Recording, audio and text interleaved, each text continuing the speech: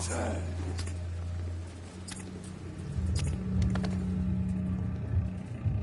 Rotten or pristine, each heart contains the seeds of life. Drink at this river, try it all.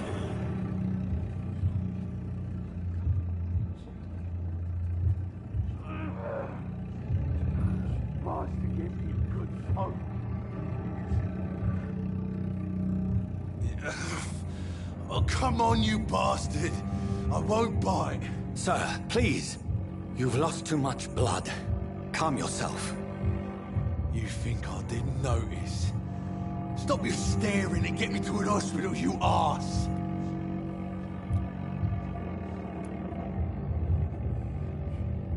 Insulting a good Samaritan.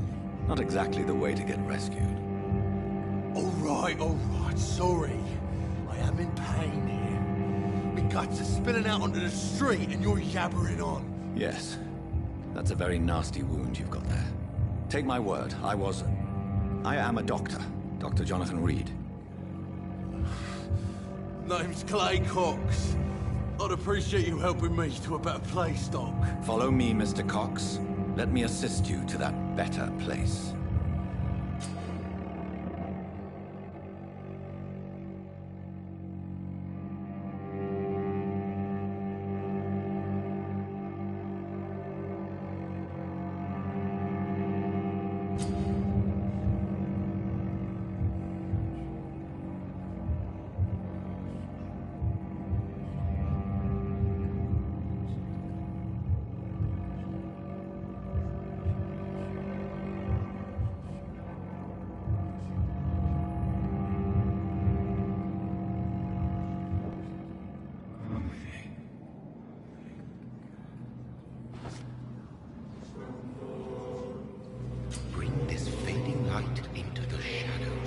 Dance with him the dance of life and death.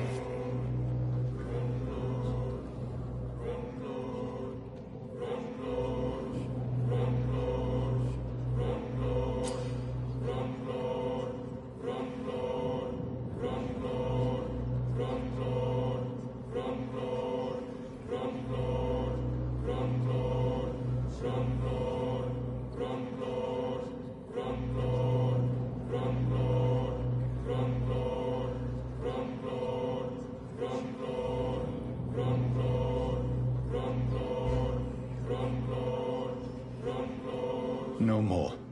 Not tonight. Not like this. I will not take another life.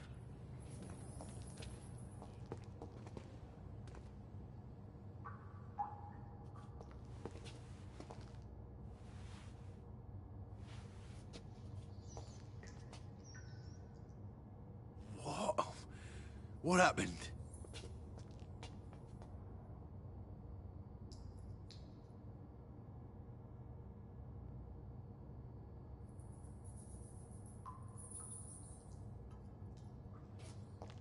Whoa, I feel giddy. It is wise for the huntsman to sometimes let his prey go, but no famished hunter can run for long.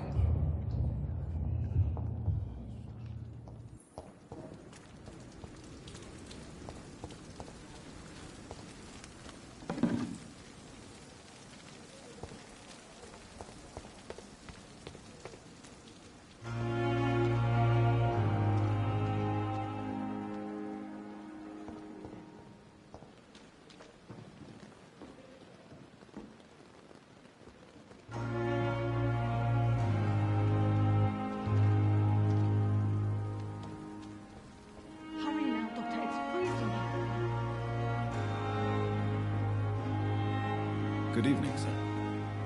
So it is true.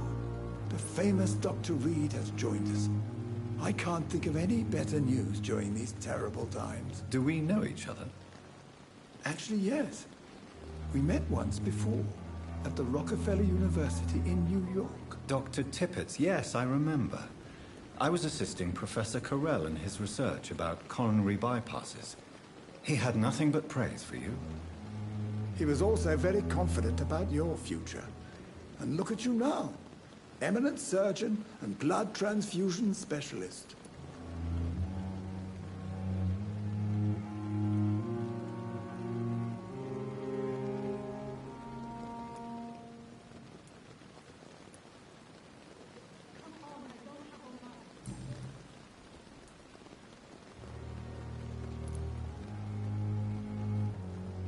What can you tell me about the staff in the hospital? Some are really good, and others are not so good. But during this troubled period, there is no time for slander. I prefer to focus on the positive character traits.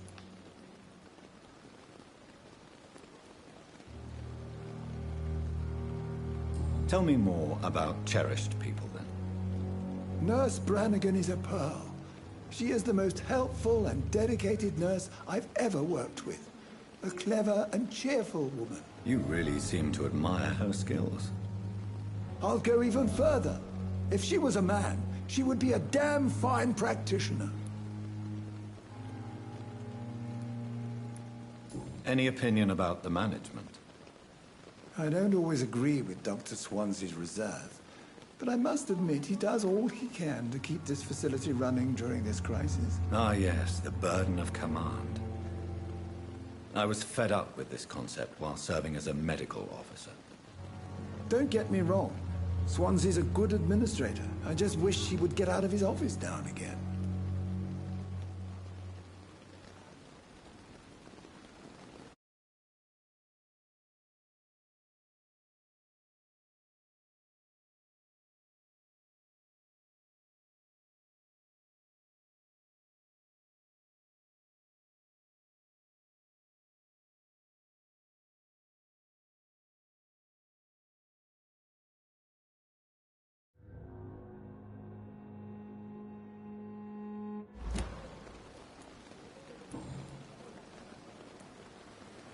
What is the Pembroke Hospital situation? And please, speak freely. This hospital is not exactly the best of London. I'm sure you are used to working in a better environment.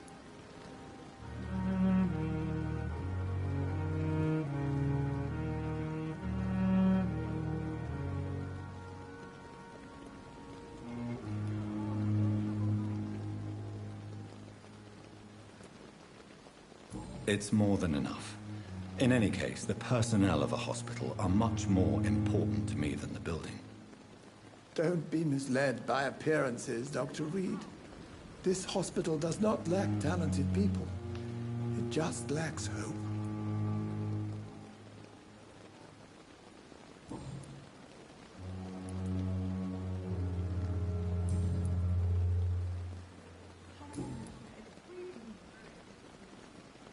Goodbye, Dr. Tippett.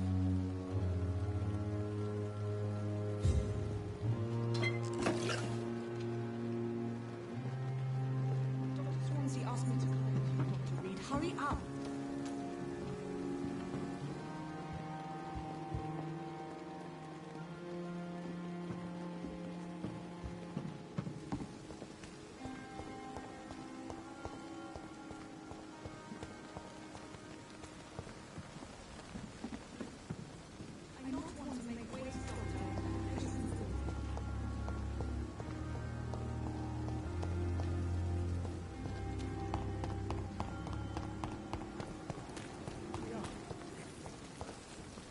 Doctor, where have you been?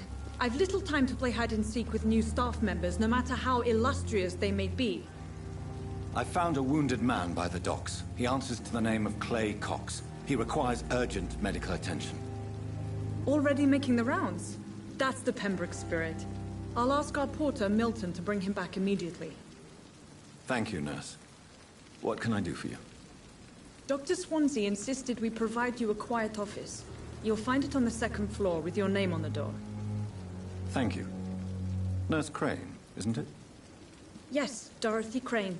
Welcome to Pembroke Hospital, Dr. Reed. Your office has been prepared. I would like to ask a few questions first.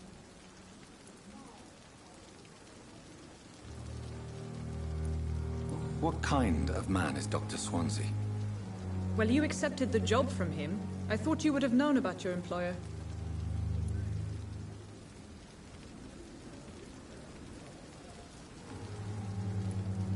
It's right to assume Dr. Swansea knows far more about me than I do about him. You'll get to know him soon enough, and better than me. The Administrator has better things to do than mix with us.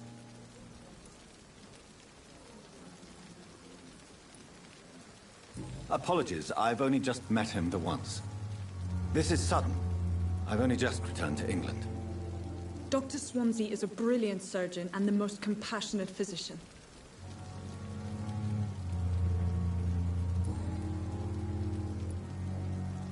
And Mr. Hampton, the patient we brought in. How does he fare? I gave him a sedative to help him sleep. Poor thing was in quite a state of shock. If you could point me in the direction of my room again, nurse. Second floor of the hospital, left after the stairs. It's the last vacant office at the end of the corridor. Thank you, Nurse Crane.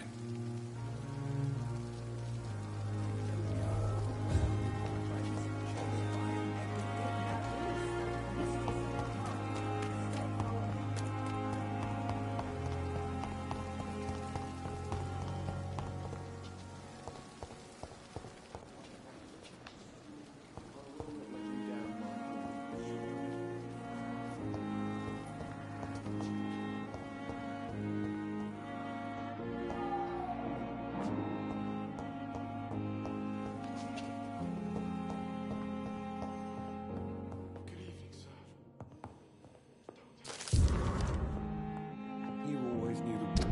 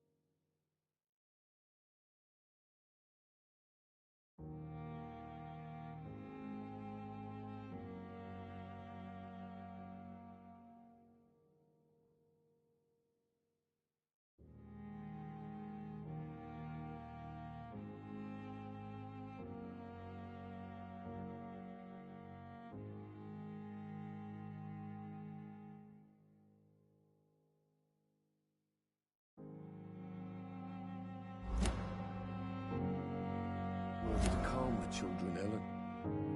As for me, what a blundering idiot.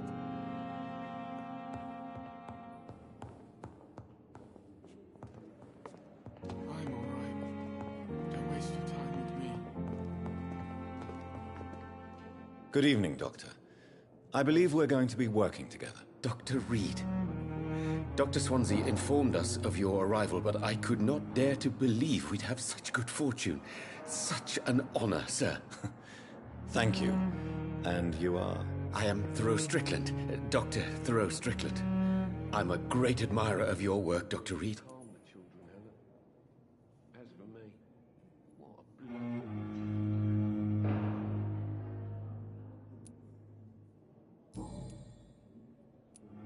Please, could you tell me something about yourself? I'm a great admirer of your work concerning blood transfusion, Dr. Reed. I run my own experiments. I'm convinced it's the future. What made you choose to be a doctor? I'm not ashamed to admit you and your work have inspired me. I am honored to have the opportunity to work by your side.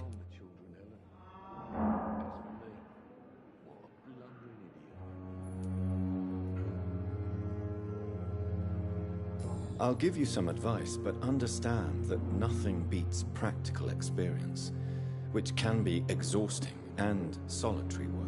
Of course, sir. And don't worry, I will never allow myself to be a burden, neither to you nor this hospital. I based my technique on my mentor's research. He helped me perfect my method. What is yours? I'd rather not talk about it. For now, it's just theories and first approach. My process is purely experimental and unsuccessful. As long as you're cautious and methodical, you may remain empty-handed, but you won't fail. You're not the first one to warn me, but I am convinced knowledge is the main weapon against the ravages of this epidemic.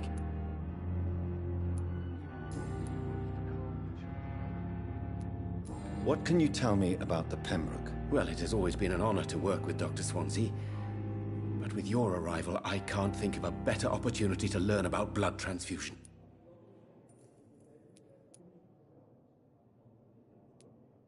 Do you need help with anything in particular? Well, yes, maybe. I'm waiting for a batch of products I ordered for my personal research, yet my supplier seems to have vanished. Do you want me to play the errand boy for you? Oh no, Dr. Reed. But if you went personally to his shop, what with your reputation and all, he wouldn't dare to refuse the products I need. I see. Well, give me the address, for I may pass by if I have time. You seem quite optimistic. It's a rare and precious attitude in these difficult times. I'm convinced that this epidemic is a test of endurance and dedication for us men of science. Questions remain about our capacity to resolve the situation. True, true. Last summer, during the first wave of the epidemic, I used to joke with Milton about the extra work. We're not smiling now.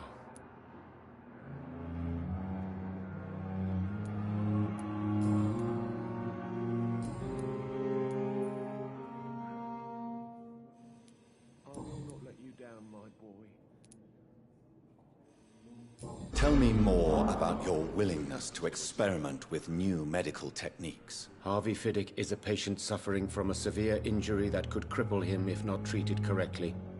I'm convinced your blood transfusion technique could help him. What is it you really want?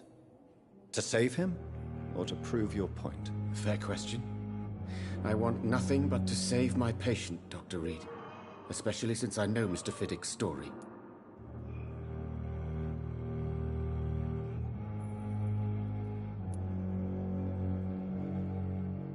Tell me Mr. Fiddick's story. Our first diagnosis was compromised because Mr. Fiddick lied to us about the real origin of his injury. He first claimed it was an accident. But why would he hide such crucial information from us? Because he is a proud father, ashamed of putting his children at risk because of his own negligence.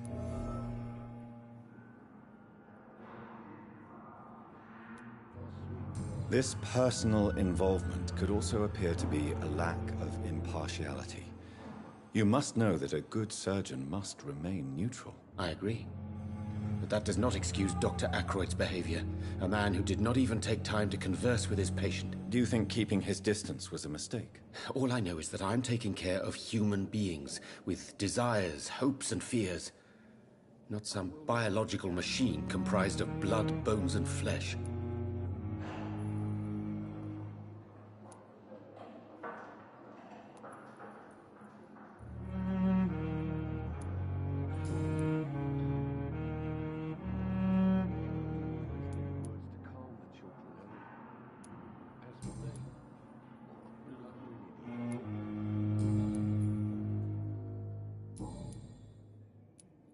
Goodbye, Dr. Strickland.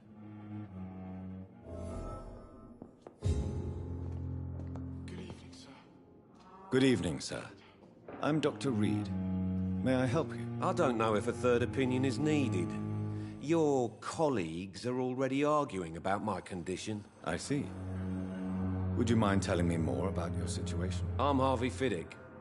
All I want is to get me bloody arm fixed properly.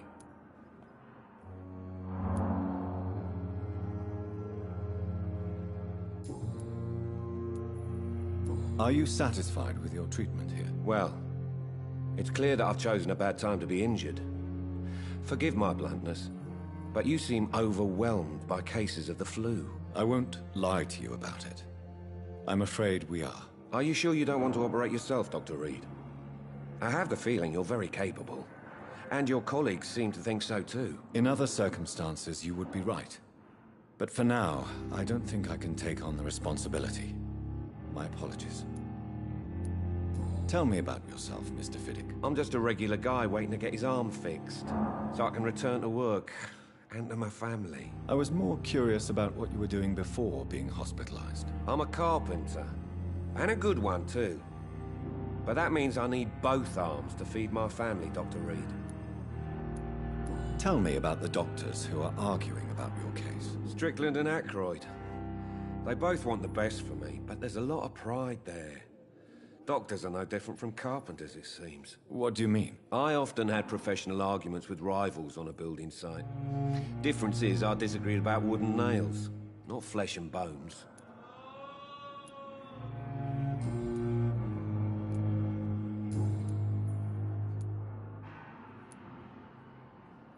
You seem worried about the safety of your family. And it's obviously the reason why your wound troubles you so much. I cannot give up on my children now.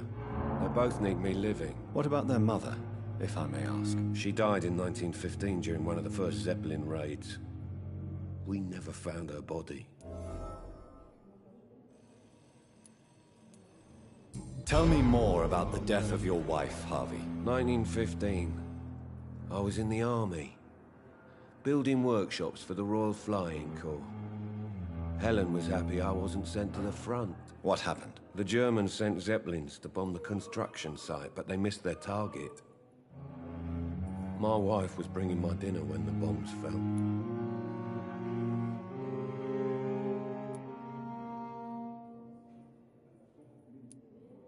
How are your children after losing their mother? They were smaller then.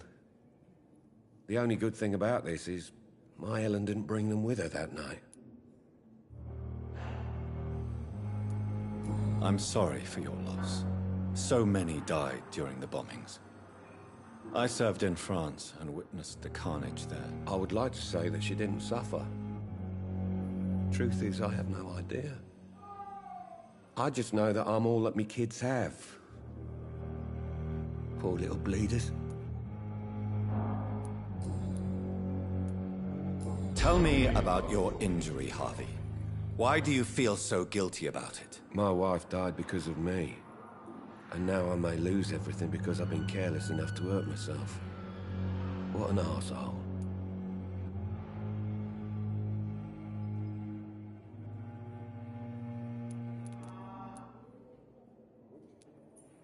You can't hold yourself responsible for your injury, Mr. Fiddick. Unless you tried to hurt yourself. Of course I didn't hurt myself. But I can't work until my arm is fixed. My children need to eat, Doctor. How could your job be responsible for your wife's death? I was working a double. She went out to bring me a hot meal and got caught in a German bomb raid.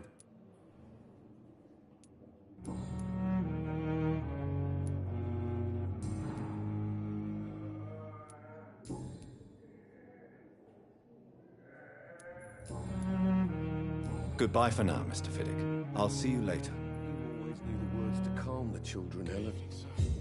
As for me, what a blundering idiot.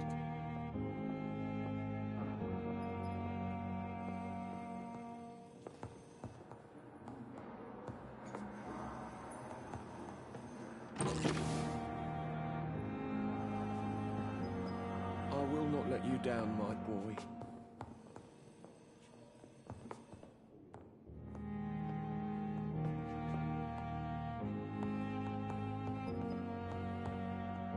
I'm all right. Don't waste your time with me.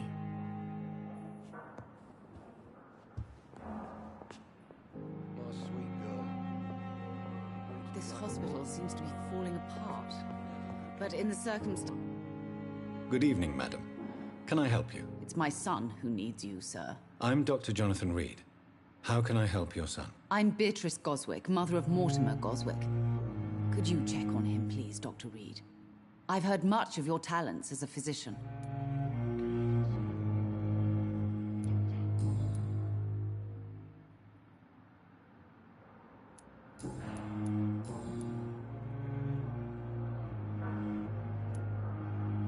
What can you tell me about yourself, Mrs. Goswick?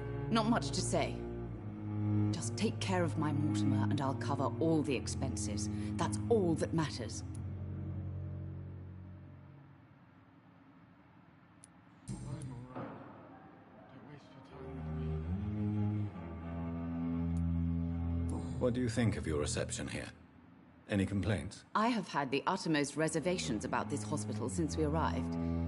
But we had no other choice, considering the state of emergency. Is there something in particular that's bothering you? Some of the staff were not especially welcoming. I suspect they're not accustomed to dealing with patients of such social standing. Good evening, sir. Tell me more about your arrival at the Pembroke Hospital. What gave you such a bad first impression? The ambulance driver was quite rude, for a start. And that nurse, Miss Hawkins, seems to have quite a dubious attitude. What do you mean? She managed to secure a bed for my son despite the epidemic. It was a relief, but it wasn't cheap.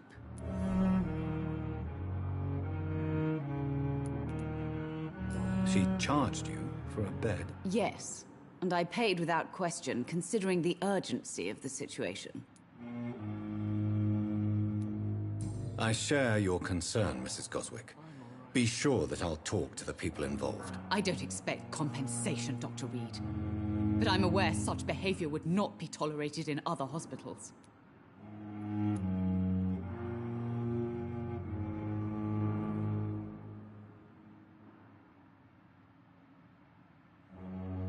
Do you require medical attention as well, Mrs. Goswick? I have other concerns right now, Doctor.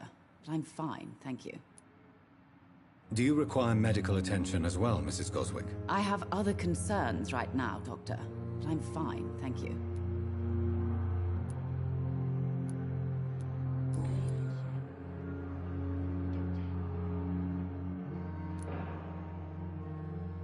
What can you tell me about yourself, Mrs. Goswick? Not much to say.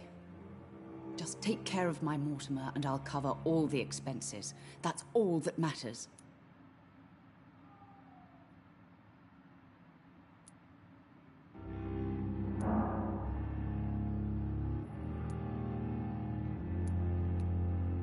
May I ask if you have an occupation, Mrs. Goswick? I'm a teacher by profession. I teach young women who are more ambitious about their futures than their families. Are you really that rich? Most of the patients here are of a more humble origin, if I may say so. Yes, thanks to my husband. May he rest in peace. I can cover any needed medical expenses.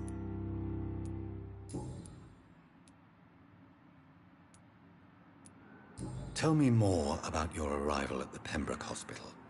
What gave you such a bad first impression? The ambulance driver was quite rude, for a start.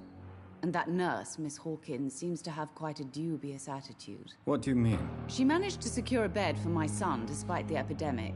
It was a relief, but it wasn't cheap.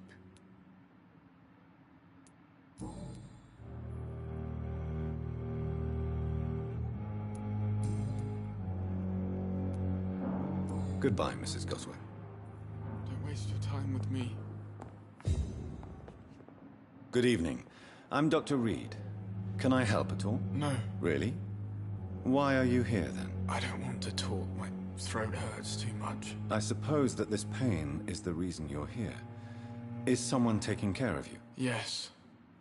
And no. Could you at least tell me your name, sir? Mortimer. Mortimer Goswick.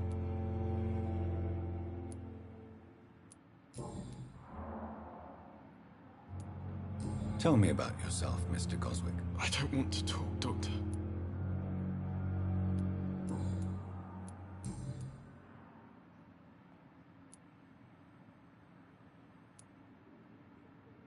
How painful is your throat, Mr. Goswick? So painful I'd rather not talk at all, Doctor.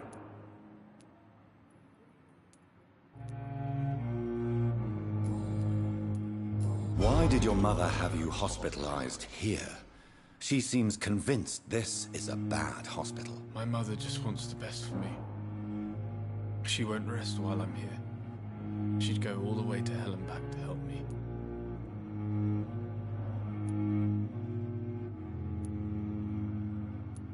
Is your mother bothering you? As your doctor, I can ask her to leave you alone if you would prefer. That's tempting, Doctor. But you have no idea what my mother is capable of.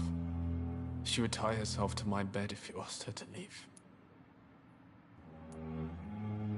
Pembroke Hospital may look unorthodox, but rest assured you're in good hands here. It's not me you have to convince, Dr. Reed. It's my mother.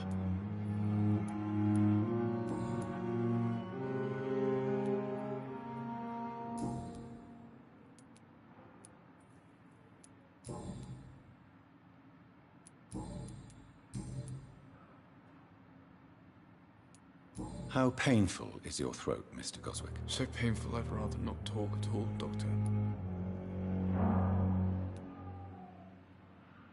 I'm sure you realize a doctor and his patient have to communicate, sir. Would it help if I gave you some paper and a pen? Not really. I see. Then maybe it's not just your throat that hurts, Mr. Goswick. Perhaps your sore throat is just the consequence of something more hurtful. Yes, maybe. But I don't want to talk or even write about it now.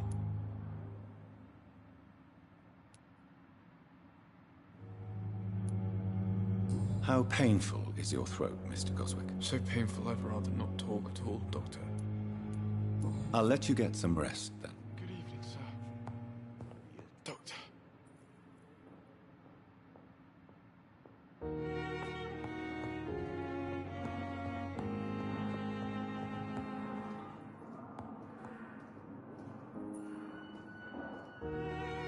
Good evening, sir. I'm Dr. Reed. I believe we're going to be colleagues. Reed? Yes, I've been informed about your arrival. I'm Waverly Ackroyd. Welcome aboard, I suppose. Does my arrival inconvenience you in some way, Dr. Ackroyd? Let us just say that I don't particularly share Dr. Swansea's enthusiasm for hiring you. What we need here are reliable professionals, not overrated dabblers.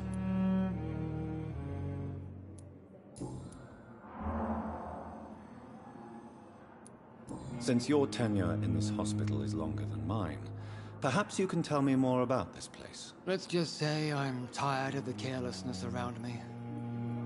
I have always respected the skills of Dr. Swansea, but over time his enthusiasm has become displaced. Carelessness?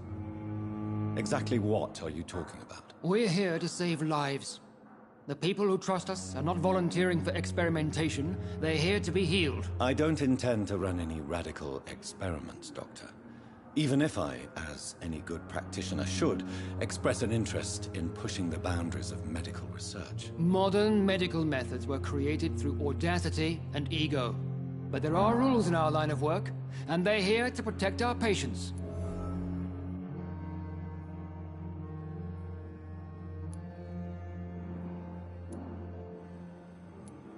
Tell me, Waverly, what do you think of Dr. Strickland's enthusiasm for his experimental research? Strickland is playing with his patients' lives for pride and glory.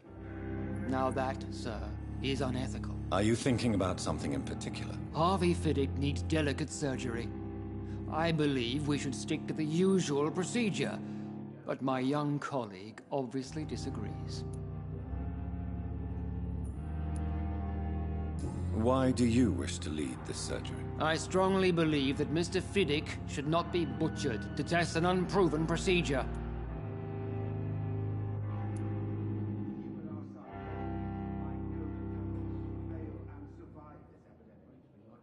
If you are going to lead this surgery, I'm trusting you to assume the consequences of your actions, whatever the result. I'm not the kind of man who runs away from his responsibilities, Dr. Reed. There is no need for you to be looking over my shoulder.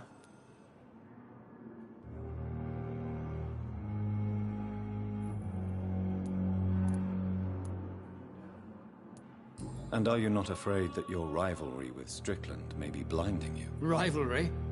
I guess you could call it that. But I will never be childish enough to let my personal feelings affect my judgment.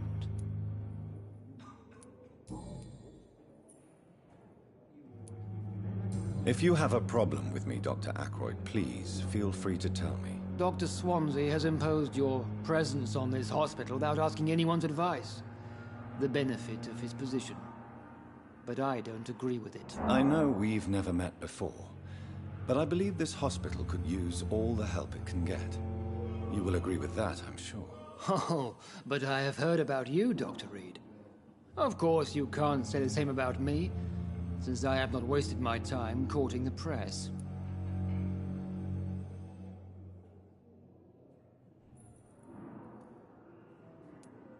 There is no need for such animosity between us. Don't you think the epidemic is already enough to deal with? That is one point we could agree on. And that is precisely why I want to be sure that you will be of help to this hospital, instead of a burden.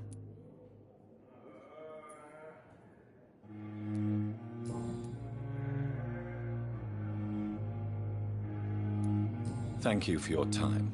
We'll talk later. You at our side, Dr. Reed. I know that Pembroke will prevail and survive this epidemic.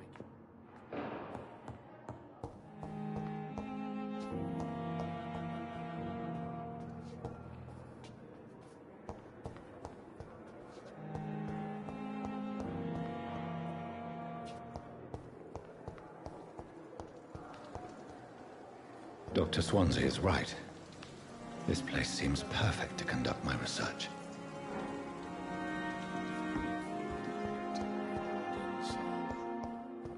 They belong to you now. The life running in your veins.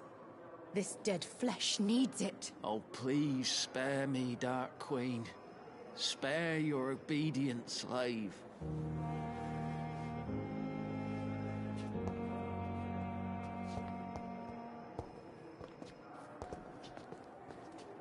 Good evening, miss. I'm Dr. Reed, the new surgeon at the Pembroke Hospital. And who are you? Your name has no meaning to me, mortal. You're nothing but dust blown by the winds of eternity. I beg your pardon? What are you begging for, mortal? My clemency? Well, tonight maybe I'm inclined to mercy. You'll never forget the night you met Thelma Howcroft. You keep calling me mortal. Why is that? And if I'm mortal, what are you? Well, Dr. Reed, if you must know, I'm a vampire.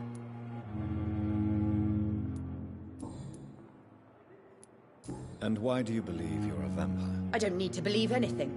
It is what I am. It is what I feel within this hollow shell of flesh. Please, describe to me how you feel.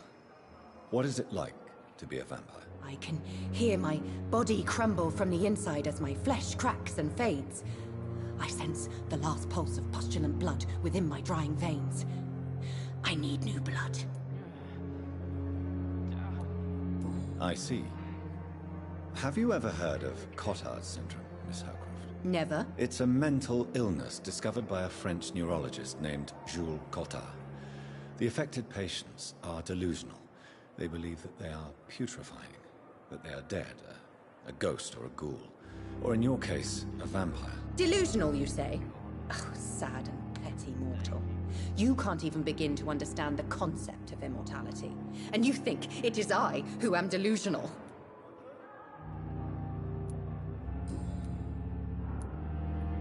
I'm assuming you must be a patient here. Am I right, Miss Howcroft? It's only a cover. To hide from my enemies. I can leave whenever I want. As a woman, a spirit, fog, or bat. Who are these enemies you mentioned? Can you describe them? I cannot say for sure.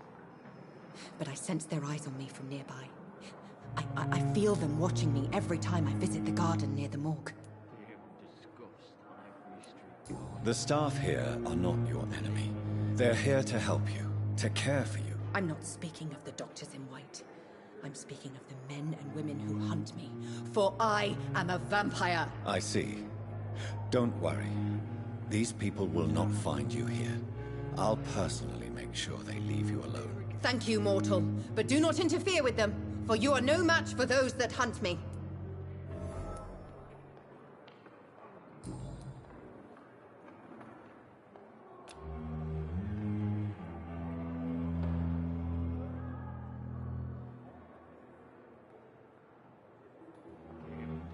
Do you require my services, Miss Howcroft? I have no need for your medicine, Dr. Reed. Blood is the only drug I need.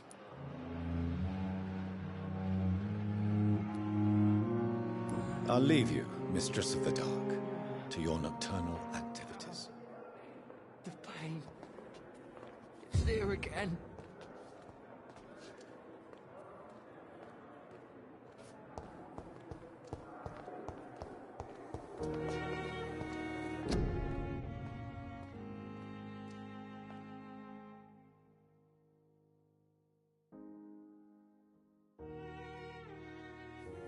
disgust on every street corner. The daily routine.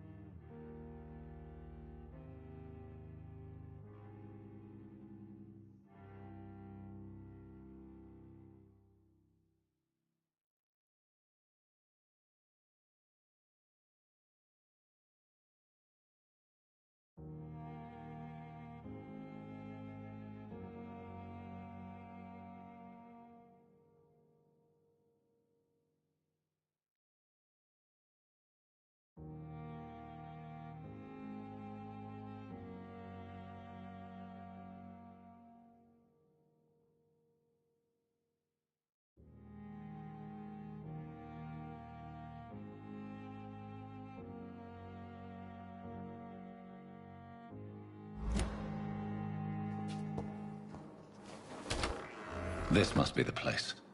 It's definitely away from prying eyes. Relegated to the shadows. A kingdom of my own. At least I won't be sleeping in a coffin.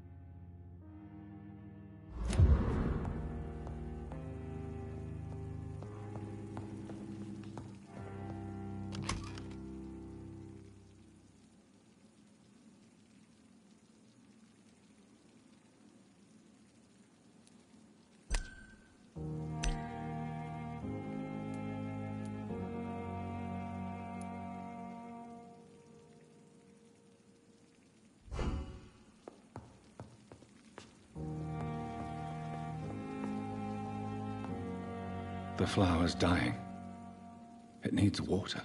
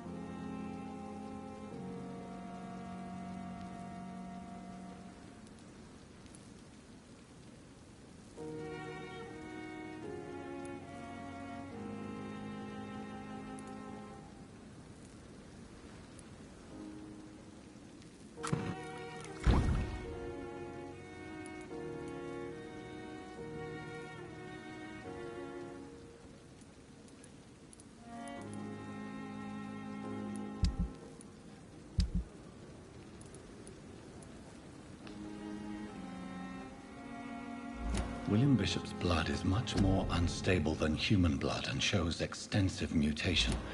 But this is not what happened to me. I must keep on searching. The sun is about to rise. I can feel it. I'll continue tomorrow night. I have so much time now.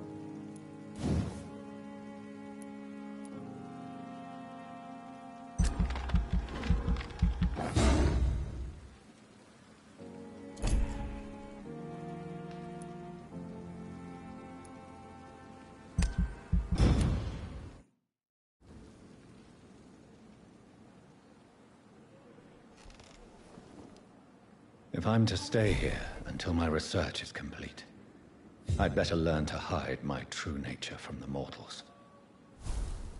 But what about my thirst for blood?